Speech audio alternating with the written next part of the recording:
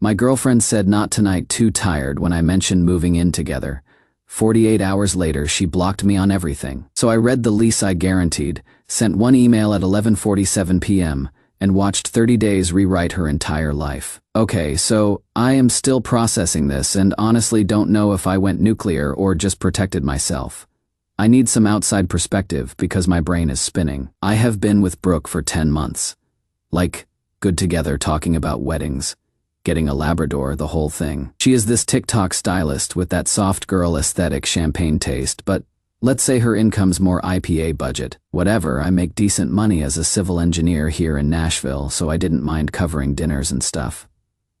4 months ago, she found her dream studio in the Gulch. Problem was, her credit's shaky and the landlord wanted a guarantor. She looked at me with those eyes and said, "Tyler, this could be our place eventually."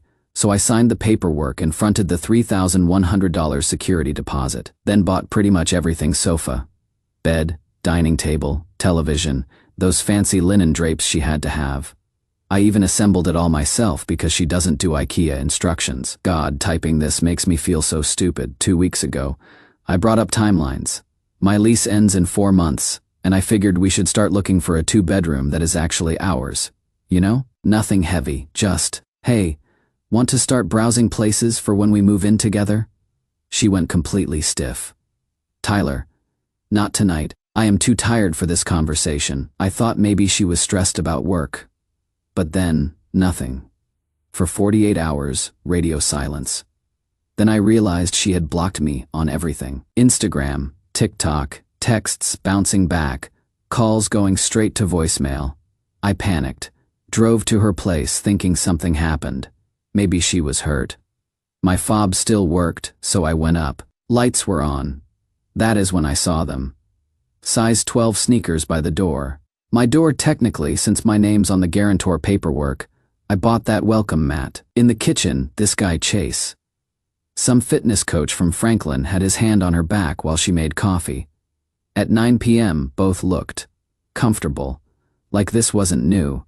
They saw me and just froze. Nobody said anything for what felt like an hour but was probably 30 seconds. I set my key on the entry table and walked out. No yelling, no scene, just left. Drove home in this weird calm state. You know that feeling when you are so shocked your brain just goes into computer mode? I sat at my kitchen table and opened the lease PDF on my laptop. Started reading every single clause because I am an engineer, and that is what I do when life gets chaotic. Clause 18C. Guarantor withdrawal. Guarantor may withdraw from this agreement via written notice to landlord, triggering a 30-day cure period for tenant to secure alternate guarantor or vacate premises. I drafted an email to Mr. Henderson, the landlord professional. Brief: I am formally withdrawing as guarantor for lease number. Please initiate the required 30-day cure period per clause. 18C. Thank you. CC with the building office. Sent it at 11:47 p.m. Turned off my phone, went to sleep. Read it. Did I go too far? I keep second-guessing myself, like maybe there was an innocent explanation, but she blocked me before I saw Chase, so I don't know. I need to get my stuff back. We are talking about $5,000 worth of furniture here. Should I just cut my losses? I am dreading whatever's coming when I turn my phone back on. What would you do? Edit. Phone's been off since last night. About to turn it on. Wish me luck. Edit 2. Jesus Christ. 47 missed calls, 23 voicemails, emails flooding in. This is going to be a long day. Update 1. Holy shit. You guys weren't kidding about the storm that was coming. First, thank you for all the comments. Reading you dodged a bullet, and she showed you who she really is. Helped me realize I wasn't crazy. A few of you said I was heartless, but honestly, after what I am about to tell you, I think I was pretty restrained. So Monday morning, a courier shows up at my door. Official notice from the landlord. Notice to cure or quit, 30 days. Brooke has until the 15th of October to find a new guarantor or vacate. The paperwork gods had spoken. My phone started buzzing immediately. Unknown numbers, probably Brooke using friend's phone since I hadn't unblocked her yet. Emails from accounts I didn't recognize. I ignored the calls but read the messages. And guys, not one apology, not one. Here is what Brooke sent from some random Gmail account. Tyler, you cannot do this to me. My dad's credit is awful, and Chase cannot qualify for anything. You are making me homeless over nothing. This is so petty and cruel. Call Mr. Henderson and fix this. And then Chase, this dude I have never even met, has the balls to email me. Bro, you need to be a man about this. Call the landlord back and stop being vindictive. Brooke made a mistake, but you are going way too far. I screenshotted everything and saved it in a folder labeled correspondence. Didn't respond to anyone. My therapist always said I am conflict avoidant. But honestly, sometimes, silence is the loudest response. Then Janelle, Brooke's best friend, texts me. Why are you trying to push Brooke out of her home? This isn't like you. That one hurt because Janelle's good people. So I sent her one text back. Just the facts. She blocked me for asking about our future. I found her with another guy in the apartment I am financially responsible for. I only withdrew from a legal obligation I never should have signed. Radio silence for 3 hours. Then, oh, she didn't mention that part. Yesterday, Brooke tried a different angle. Sent me a long email about splitting things fairly. She wanted to keep the sofa, bed, television, and dining table, you know, the expensive stuff, and graciously offered to let me take the lamp and bookshelf. Oh, and asked if I could pay the last 2 utility bills to be mature about this. The audacity, right? I spent 2 hours making a Google spreadsheet, 3 columns, item, purchase price, receipt link, everything linked to my Amazon orders, Best Buy account, West Elm purchase history, grand total, $4,847 worth of furniture, all purchased by me, all with my receipts. Sent it back with one line. Available for pickup Saturday, 10 a.m. 2 p.m. Please confirm access will not be obstructed or I will request a civil standby. But here is where it gets interesting. Denise, the building manager, called me Tuesday. Turns out she pulled the fob logs after Mr. Henderson asked her to document everything for legal purposes. Guess whose keycard was used to enter the building at 8:43 p.m. on the 20th of September? The same night Brooke blocked me. Chase's card. Except, he doesn't live there. The logs show he has been piggybacking the elevator at least 12 times in the past month. Building has a 14 nights per 30 days guest policy. Mrs. Whitaker from the HOA board is apparently already aware of the situation. I didn't ask for any of this information. Denise just offered it, said she wanted to make sure I knew the full picture since I had been so professional about everything. I thanked her and filed that information away, not planning to use it unless I have to, but it is there. Pickup is tomorrow. My buddy Nate, firefighter, built like a brick house, is coming with me and we are renting a U-Haul. I have a feeling this isn't going to be smooth, but legally, it is all mine. One more thing, several of you asked about the security deposit. I paid that $3,100 out of my checking account. Have the bank statement to prove it. Sent Mr. Henderson a certified letter yesterday, requesting that any deposit refund be mailed directly to me, with a copy of the accounting. I know some of you think I am being cold, but she blocked me before I ever found out about Chase. She made her choice before I made mine. We'll update after tomorrow. If you don't hear from me, tell my mom I died under an IKEA bookshelf edit. Nate just texted trucks reserved. Brother, let's get your stuff back. This is why I love firefighters. Update 2. Okay, Reddit. This got more intense than I expected, but in the weirdest, most satisfying way possible. Saturday morning, Nate shows up at 9:45 a.m. with a U-Haul, and this grin like he is about to enjoy himself. Ready to move some furniture? I love this guy. We get to Brooke's building and she is waiting in the lobby with Chase. She has stacked about 4 items by the mailboxes: the lamp, bookshelf, a random end table, and 1 throw pillow. That is it. There is everything that is actually yours, she says. Arms crossed. The rest we bought together. I just looked at her. Brooke, either we do this smoothly, or I call the non-emergency line and request a civil standby officer. Your choice. Nate steps forward, all 6'4" of him, and gives Chase this firefighter stare.